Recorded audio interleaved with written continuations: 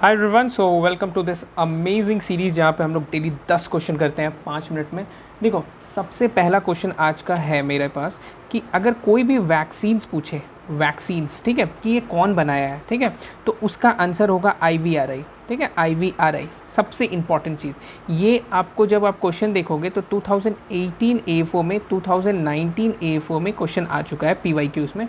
Vaccine, ये वाला vaccine कौन बनाया, वो वाला वैक्सीन कौन बनाया, तो कन्फ्यूज़न ये होता है कि IVRI होगा, फिर है IARI होगा, पोल्ट्री का कुछ वैक्सीन रहेगा तो IARI नाम रहेगा। पर तुम्हारे दिमाग में एक चीज़ रहना चाहिए कि वैक्सीन का नाम आया, कोई भी वैक्सीन होता है, African horse sickness vaccines, anti rinder paste, कोई भी FMD, कोई भी वैक्सीन का नाम आता है, एनी वन, तो वैक्सीन मतलब IVRI। Any vaccine, any one vaccine, any vaccines लिख लेते हैं, ठीक है। कोई भी वैक्सीन का नाम आए उसमें आपको क्या करना है, IVRI लिखना है, ठीक है। फिर ना एक इम्पॉर्टेंट चीज़ आता है इंक्यूबेशन पीरियड, ठीक है, इंक्यूबेशन पीरियड, इंक्यूबेशन पीरियड। हालांकि देखो, ऐसे तो बहुत चीज़ों का इंक्यूबेशन पीरियड होता है, जैसे निमोनिया का, इन्फ्लुएंजा का, हर चीज़, मगर 5 6 7 बहुत इंपॉर्टेंट चीज़ है जो कि मैं तुम्हें बताना चाहता हूँ। जैसे एक होता है BQ, ब्लैक क्वार्टर जो होता है, उसका इंक्यूबेशन पीरियड कितना होता है, 1 to 5 डेज़, 1 to 5 डेज़। ऐसे ही में तुमको इंक्यूबेशन पीरियड एंथ्रेक्स का होता है। एंथ्रेक्स का इंक्यूबेशन पीरियड कितना होता है, ये आपको 12 to 24 आवर्स रहेगा, 12 आवर्स रहता है, ठीक है। उसके बाद एक इम्पॉर्टेंट होता है, इसमें क्या होता है, east coast fever, east coast fever. East coast fever जो होता है ना, इसका इंक्यूबेशन पीरियड बहुत ज़्यादा होता है, 10 to 20 डेज़ का इंक्यूबेशन पीरियड होता है। ये बहुत ज़्यादा आप नहीं बोल सकते हो। अभी तो भैया और भी बहुत अलग अलग देखेंगे। जैसे एक आपने नाम सुना होगा FMD, foot and mouth disease, इसका कितना रहता है, 2 से 12 डेज़, 2 से 12 डेज़ आपको FMD का इंक्यूबेशन पीरियड रहता है। नेक्स्ट आपको होता है इन्फ्लुएंजा। इन्फ्लुएंजा बहुत कॉमन बीमारी है, आपको पता है, तो इन्फ्लुएंजा का कितना रहता है इंक्यूबेशन पीरियड, 3 to 10 डेज़ आपको इंक्यूबेशन पीरियड देखने को मिलेगा। फिर क्या हो जाता है, फिर एक नेक्स्ट आता है रेबीज़, है ना, रेबीज़ का इंक्यूबेशन पीरियड कितना होता है, 10 days to 5 months, 10 days to 5 months, ठीक है। देखो, FMD इंक्यूबेशन पीरियड बहुत इंपॉर्टेंट है, उसको ज़रूर अच्छे से देख लेना। फिर आपको रिंडर पेस्ट आ जाता है, रिंडर पेस्ट का इंक्यूबेशन पीरियड कितना रहता है, 4 to 5 डेज़, है ना।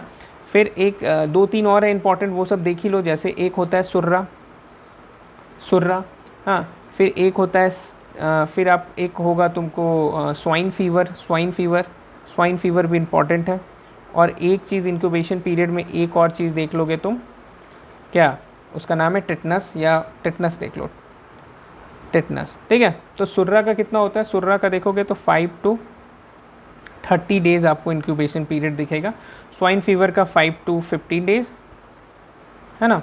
और आप टेटनस की बात करो तो ये अप्रॉक्सीमेटली 4 days to 21 डेज़ तक का, मतलब 21 डेज़ आप यहाँ पे 3 वीक्स भी कर सकते हो, 3 वीक्स तक का इंक्यूबेशन पीरियड देखने को मिल सकता है, ठीक है। तो ये इंपॉर्टेंट था, इंक्यूबेशन पीरियड देख लेना। फिर एक इंपॉर्टेंट चीज़ क्या आता था, जूनोटिक डिजीज़ से भी एक क्वेश्चन आया था, हालांकि बहुत ज़्यादा स्पेसिफिक क्वेश्चन नहीं था पर इंपॉर्टेंट था। तो देखो, जूनोटिक डिजीज़ को अगर हम लोग बांटते हैं ना, तो इसको भी तुम 5 पार्ट में बांट सकते हो। कितने पार्ट में, 5 पार्ट में। तो ये 5 पार्ट कौन सा होगा, देखो, एक तो होता है डायरेक्ट जूनोसिस, ठीक है। एक होता है साइक्लोजूनोसिस, हाँ। एक होता है सैप्रोजूनोसिस, हाँ। एक होता है मेटाजूनोसिस, और एक होता है डायरेक्ट एंथ्रो। मतलब एंथ्रो क्या होता है, जो आपको ह्यूमंस में भी ट्रांसमिट हो सकता है, वो वाला, ठीक है।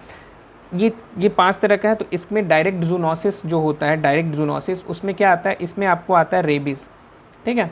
फिर जो एनिमल बाइट से स्प्रेड होता है।